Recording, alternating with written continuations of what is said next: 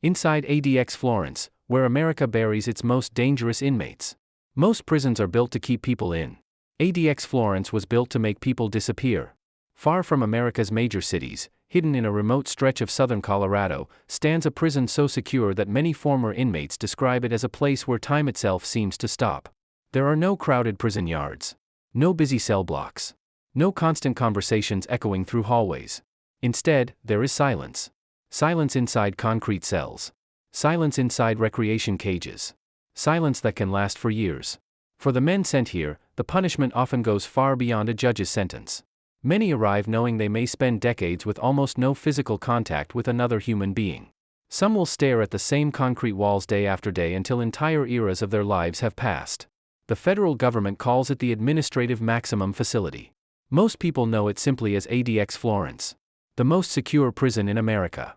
A place designed for terrorists, cartel leaders, prison gang bosses, serial killers, spies, and inmates considered too dangerous for any other prison in the country. But what is daily life actually like inside this fortress? What happens when a human being spends years in near total isolation? And why do some former correctional officers believe the psychological effects of ADX can be more powerful than any physical punishment? The answers begin long before an inmate ever enters a cell. Before we continue, subscribe for more deep investigations into the world's most notorious prisons and criminal institutions. And comment below where you're watching from.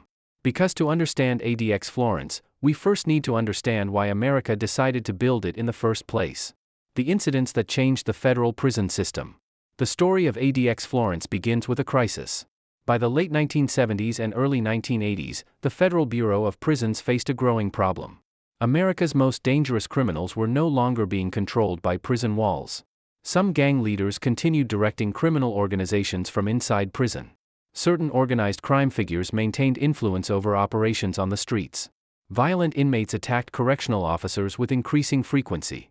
And federal officials were beginning to realize that traditional maximum security prisons had limits. One facility in particular became the center of concern. USP Marion in Illinois. At the time, Marion was considered one of the toughest federal prisons in the country.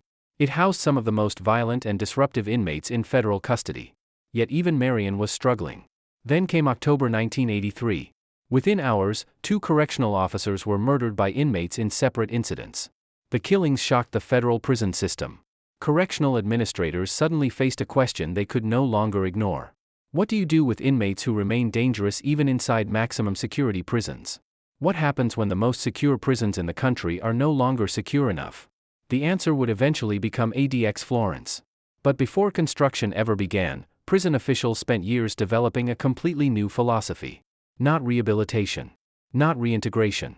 Control. Absolute control. The goal was to create a prison where movement, communication, and violence could be restricted to a degree never before seen in the United States. Officials wanted a facility where gang leaders could not organize. Where terrorists could not communicate. Where inmates who attacked staff could be managed safely. And where escape would be virtually impossible. As plans developed, one thing became clear. This prison would be unlike anything America had ever built. And what emerged from those plans would eventually earn a reputation that spread around the world. Building the most secure prison in America. When construction began near Florence, Colorado, federal planners selected the location carefully. The area was remote, sparse, surrounded by open land, far from major population centers. If an escape somehow occurred, an inmate would immediately face enormous challenges. But geography was only the first layer of security. The prison itself was designed with a level of detail rarely seen in correctional facilities. Every hallway, every door, every housing unit, every movement route, everything served a specific purpose. Security. The prison opened in 1994. From the outside, it appeared almost ordinary. Concrete structures, security fences, guard towers, institutional architecture. But appearances were deceptive. ADX was designed around a simple principle. Eliminate opportunities. Opportunities for escape. Opportunities for violence. Opportunities for communication. Opportunities for control. Unlike traditional prisons, where inmates might spend significant time interacting with others, ADX was built to keep prisoners separated from one another as much as possible. The architecture itself became part of the punishment. Hallways were arranged strategically. Cells limited visibility. Movement routes reduced contact. Even recreation areas reflected the same philosophy. Officials believed dangerous inmates could be managed only through constant control and isolation. The result was a prison that many critics would later describe as one of the most psychologically restrictive institutions in the world. But the true nature of ADX cannot be understood from the outside. To understand it, you have to step inside one of its cells. And what inmates encounter there is far more unsettling than most people imagine. The concrete world of an ADX inmate. Imagine waking up every morning in the same room. Not for a week. Not for a month. But for years. The typical ADX cell measures roughly 7 by 12 feet. Small enough that every object remains within a few steps. The bed is concrete. The desk is concrete. The stool is concrete. The walls are concrete. The environment is intentionally durable and difficult to damage. Nothing exists without a security purpose. The narrow window is one of the most famous features. Unlike traditional prison windows, it is designed to limit what inmates can see. Many prisoners cannot view the surrounding prison grounds. They cannot watch daily activities. They cannot observe other inmates. Often, all they can see is a piece of sky and a portion of the distant landscape. It is enough to know the outside world still exists, but not enough to feel connected to it. Meals arrive through a slot in the steel door. Correctional officers rarely need to open the cell. Conversations with staff are often brief and highly controlled. For many inmates, entire days pass with little meaningful human interaction. At first, some prisoners attempt to maintain routines. Reading, writing, exercising, studying, keeping journals, tracking time. Anything to create structure. Anything to maintain a sense of normalcy. But as weeks become months and months become years, many discover that isolation creates challenges they never expected. The physical confinement is difficult. The mental confinement can be far worse. And what happens during a typical day reveals why ADX has earned such a powerful reputation. 23 hours alone. For many ADX inmates, every day follows a predictable pattern. Predictability is part of the design. The day usually begins early. Lights illuminate the housing unit. Correctional officers conduct counts. Every inmate must be accounted for. Every cell checked. Every movement documented. Breakfast arrives through the food slot. The process takes only moments. Then the door remains closed. Hours pass. The inmate remains alone. Some spend time reading legal documents. Others write letters. Many exercise inside the cell. Push-ups, sit-ups, squats, walking in circles. Any activity becomes valuable because movement is limited. The challenge is not merely physical inactivity. It is monotony. One day can feel remarkably similar to the next. The same walls. The same sounds. The same routine. Over time, prisoners often develop personal systems to cope. Some create schedules. Some memorize books. Some study foreign languages. Some focus on religious practices. Others struggle simply to maintain motivation.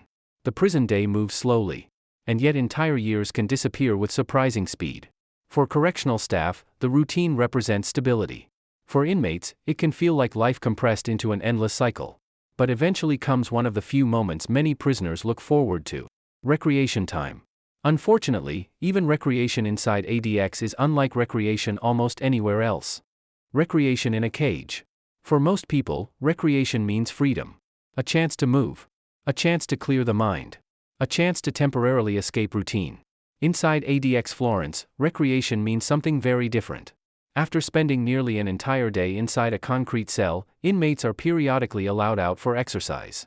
But unlike traditional prisons, where prisoners may gather in yards, play sports, socialize, or walk among hundreds of others, ADX operates according to an entirely different philosophy. Before an inmate leaves his cell, a carefully controlled security process begins. Correctional officers approach the door. Commands are issued. The inmate turns around. Hand restraints are applied. In some cases, additional restraints may be used depending on classification and security concerns. Only after officers are satisfied that every procedure has been followed does the movement begin. The inmate is escorted through secure corridors. Doors open one at a time. Each door closes before the next opens. The process resembles an airlock system more commonly associated with military facilities than prisons. Everything is deliberate. Everything is controlled. Eventually, the inmate reaches the recreation area. For many prisoners, this space is not what outsiders imagine. Former inmates have often described these exercise areas as concrete enclosures surrounded by fencing. Some compare them to oversized cages. Others describe them as outdoor boxes. The sky is visible overhead. Fresh air can be felt. Sunlight reaches the enclosure. But freedom remains distant. There are no basketball courts. No groups of inmates talking. No games. No crowds. No social interaction. The prisoner exercises alone. Some walk laps. Some jog in tight circles. Others simply stand quietly and look upward. For a person who has spent most of the day staring at concrete walls, even a brief opportunity to see clouds moving across the sky can become significant. Something most people take for granted becomes meaningful. A change in weather. The sound of wind. The warmth of sunlight. The arrival of rain. Many former inmates have spoken about developing an unusual awareness of these small details. When life becomes highly restricted, minor experiences gain extraordinary value. A distant bird. A passing cloud. A cool breeze. These moments can break the monotony that dominates prison life. Yet even recreation remains governed by strict rules. Time is limited. Movement is monitored. Observation never stops. Eventually, officers return. The escort process begins again. The inmate leaves the recreation enclosure. The secure doors close behind him. Minutes later, he is back inside the same concrete cell where the day began. And once again, silence takes over. For some prisoners, this routine repeats for years. Not months. Years. The human mind was never designed for this level of isolation. Which raises a difficult question. What happens psychologically when a person spends that much time alone? The answer has been debated for decades. And it remains one of the most controversial aspects of ADX Florence. The weight of isolation. There is a difference between being alone and being isolated. Most people experience solitude by choice. They can leave when they want. They can call someone. Visit someone. Start a conversation. An ADX inmate often cannot. For years, psychologists, correctional experts, former inmates, and civil rights organizations have debated the effects of prolonged isolation. The arguments are intense. And the stakes are high. Supporters of ADX argue that the prison houses individuals who have demonstrated extraordinary levels of violence or influence. Some have murdered inside prison. Some have orchestrated criminal enterprises from behind bars. Others have been linked to acts of terrorism that affected thousands of people. Officials maintain that extraordinary security measures are necessary because the risks are extraordinary. Critics do not necessarily dispute the dangers posed by certain inmates. Instead, they question whether prolonged isolation creates additional problems. Research conducted around the world has suggested that extended social deprivation can affect mental health in significant ways. Some individuals report anxiety. Others report depression. Some struggle with concentration. Sleep disturbances become common. The absence of normal social interaction can gradually alter how a person experiences daily life. Former prisoners have described losing track of time. Days blend together. Weeks become difficult to distinguish. Memory can become unreliable. Motivation can decline. Some individuals develop rituals simply to maintain structure. Others count cracks in walls. Track shadows moving across floors. Create elaborate schedules. Anything to create meaning within an environment that rarely changes. Not every inmate experiences isolation in the same way. Some adapt surprisingly well. Others struggle significantly. Human beings respond differently to confinement. But few emerge completely unaffected. Several lawsuits over the years challenged conditions at ADX, particularly concerning inmates with serious mental illness. These legal battles brought national attention to questions that had previously remained largely hidden behind prison walls. How much isolation is too much? At what point does security become something else? Can a prison protect society while also preserving basic human well-being? There are no simple answers. Even today, experts continue debating these questions. Meanwhile, life inside ADX continues. Doors open. Doors close. Years pass. And among the men living behind those walls are some of the most infamous criminals in modern history. Their stories played a major role in creating the prison's reputation. But many people misunderstand why these inmates ended up there. Because ADX is not reserved for famous criminals. It is reserved for dangerous ones. And there is an important difference. The men who enter ADX Florence. The name ADX Florence often attracts attention because of who has been housed there. Over the years, the prison has held some of the most notorious offenders in the federal system. Terrorists. Gang leaders. Espionage offenders. Mass murderers. International criminals. Individuals whose crimes became national headlines. One of the most widely known inmates was Theodore Kaczynski. For nearly 2 decades, Kaczynski carried out a bombing campaign that killed 3 people and injured many others. His attacks spread fear across the United States and generated one of the largest investigations in FBI history. After his conviction, he eventually spent years within the federal prison system, including time associated with ADX. Another notable inmate was Ramzi Youssef. His role in the 1993 World Trade Center bombing placed him among the most dangerous terrorism offenders ever prosecuted in the United States. The prison has also housed individuals connected to international terrorism networks, drug trafficking organizations, violent prison gangs, and offenders whose influence continued long after incarceration. Yet fame alone does not lead to ADX placement. Many well-known criminals never enter the facility. The determining factor is usually risk. Can the inmate be safely managed elsewhere? Can they communicate with criminal organizations? Have they committed serious violence while incarcerated? Have they threatened staff or other prisoners? These questions often matter more than public notoriety. In some cases, inmates arrive after repeated disciplinary problems in other institutions. Others are transferred because authorities believe they maintain dangerous influence beyond prison walls. For correctional officials, ADX functions as a final option. The place where inmates go when every other level of security is considered insufficient.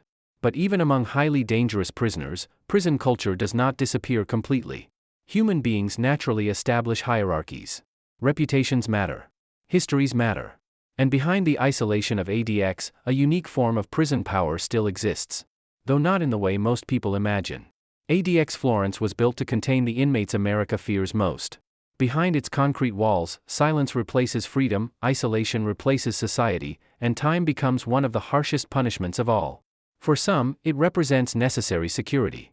For others, it raises difficult questions about the limits of confinement and the human cost of absolute control. What remains undeniable is that ADX Florence stands apart from every other prison in the United States, a place where some of the world's most dangerous men spend years separated from nearly everything that makes life feel normal. Thank you for watching. If you found this documentary informative, leave a comment with your thoughts. And if you'd like to see more investigations into the world's most notorious prisons, criminals, and justice systems, be sure to subscribe. Until next time, stay safe.